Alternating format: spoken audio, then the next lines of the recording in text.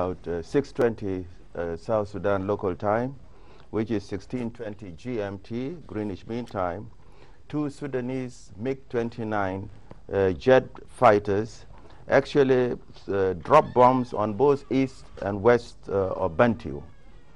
That is in the capital of Unity State.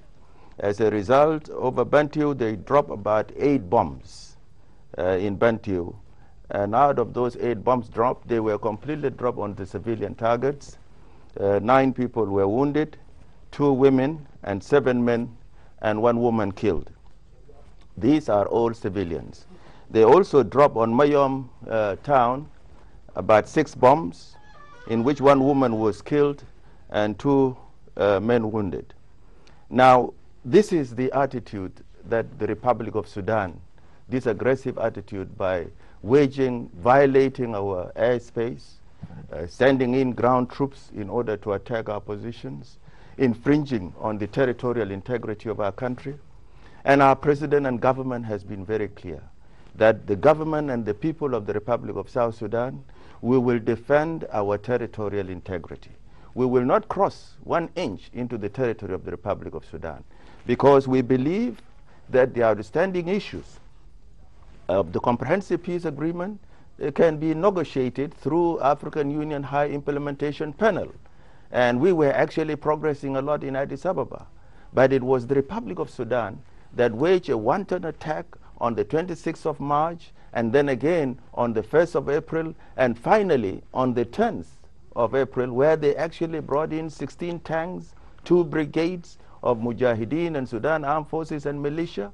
And when we defended our position and pursued them, we actually pursued them, and they actually vacated. Today also, one thing which is clear, they are also destroying and bombing actually the infrastructure at Hijlij.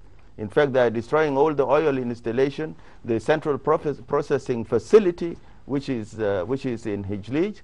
With the tanks. Dr. Benjamin, as far as the situation is concerned, as the government, have you complained to the AU or the United Nations? Definitely, we are launching immediately a protest note to the Security Council. We have alerted our embassy in New York and in Washington and who are in New York, so that a protest note can be forwarded. We are also urging the UNMISS, which is present here in the Republic of South Sudan, that here it is, the civilians are being killed by a neighboring country, bombing civilians, killing women.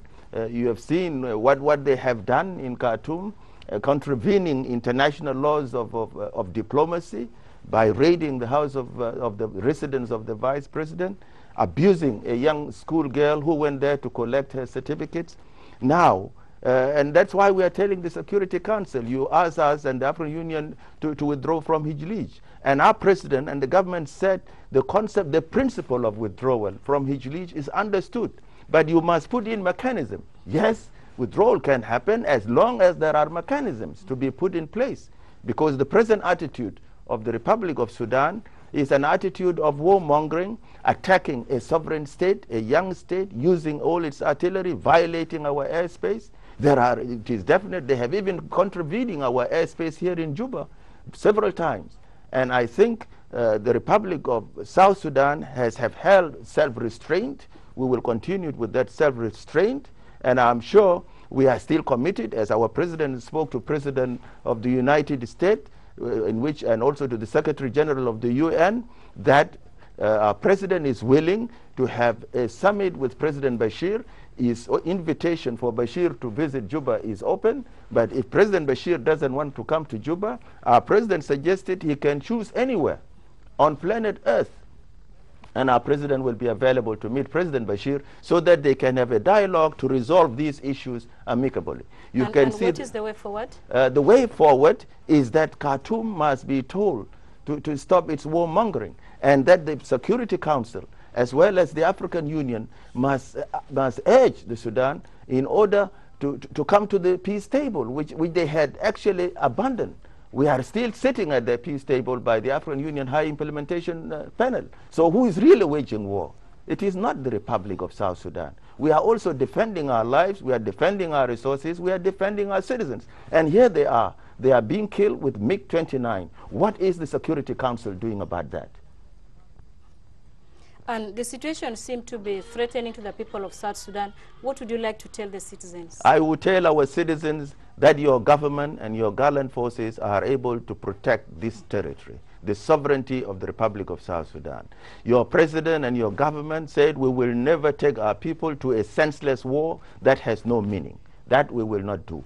But we will, if we are attacked, we cannot be the sitting ducks. We will definitely protect our lives, we protect our communities, we protect our resources. That is a duty. We are urging our citizens that the citizens of the Republic of Sudan who are here in the Republic of South Sudan, these are our brothers and sisters. Nobody should ever touch them. We should not behave the way they are behaving in Khartoum. You should not touch their properties. This message has come from our president. They are welcome here. They have the free choice. Should they want to become the citizens of this republic, they will follow the system which is put down. Should they want to go back to Sudan, they will go in their own time of choosing without any prejudice and without any. And we urge our citizens to listen to their government and to listen to their president, that the Sudanese, the citizens of Sudan who are here, you are here staying among your brothers and sisters, and they will be welcome. The behavior of Khartoum is a behavior we cannot follow.